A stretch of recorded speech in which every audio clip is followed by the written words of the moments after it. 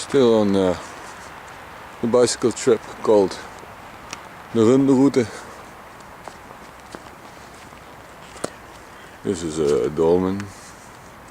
Yeah, it's a little bit dark now because my bicycle trip is rather long because it's a preset route. And yeah, I wanted to do the entire route, so I have a nice GPS file for it. So yeah, I don't know if it's really nice and clear now. Yeah, it is. I will read the info of it in a bit. It's now nice and quiet.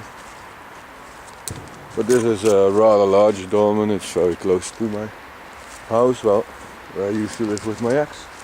She lives over there, across the street, very close to the hospital, next to it basically.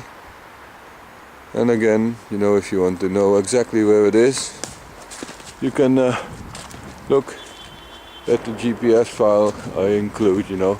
I'm going to upload the GPS track to wikilog.com. If you would search there on Spielselwolf, you probably will find me too, but I think I'm going to put a link into the... I think it's a little bit... Maybe that is better. I'm not sure. It could be just because it's dark, of course. It doesn't look great. Yeah, for me it's much darker, so it already brightens it a bit.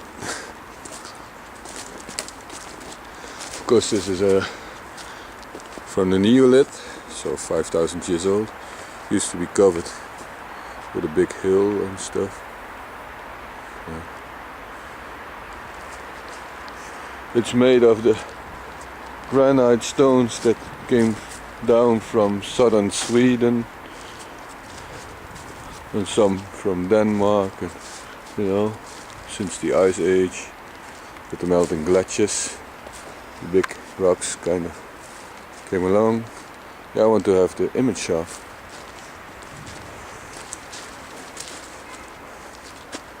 Uh-oh, it is kind of out of focus, isn't it? Oh, there it comes. Yeah.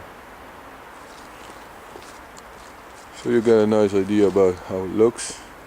I really like putting them on maps and making pictures of them and stuff like that. It's kind of like a hobby of mine since I live in the region.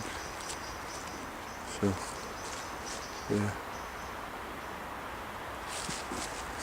This one is rather tall. I play there very often with my kids.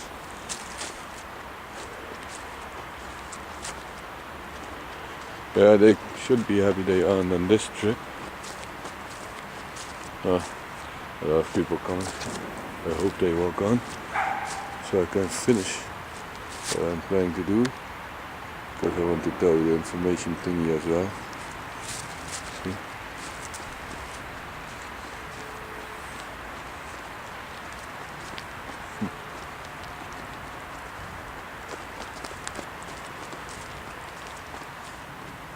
Oh yeah.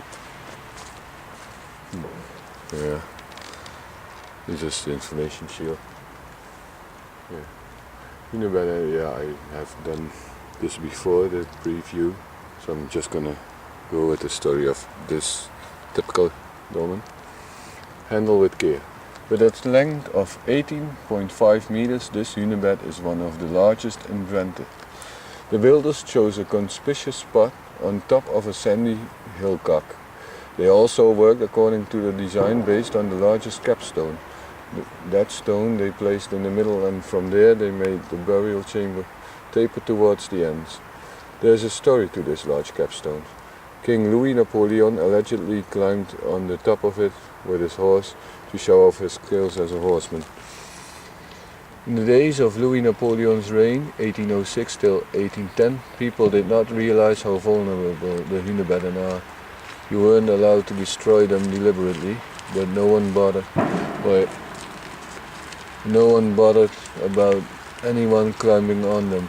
But lots of people climbing on a hunebed all the time can indeed cause damage, and it is definitely bad for all the rare lichen growing on the stones.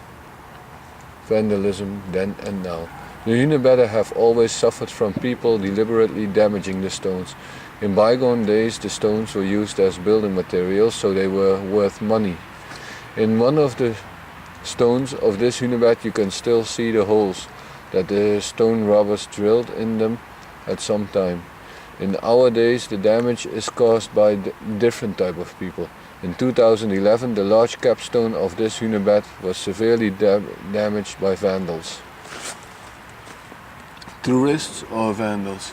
These visitors of around 1850 most probably didn't mean any harm, but climbing on the hunebedden can cause damage to the monuments.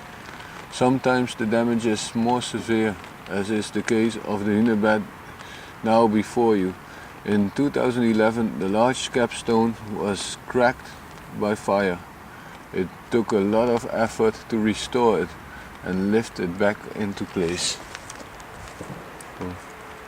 Let's see if you can sharpen it again. It really is getting dark.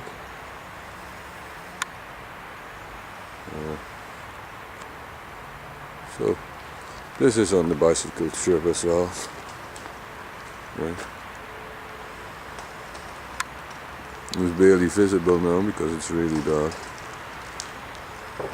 I find that my camera handles it really well as well.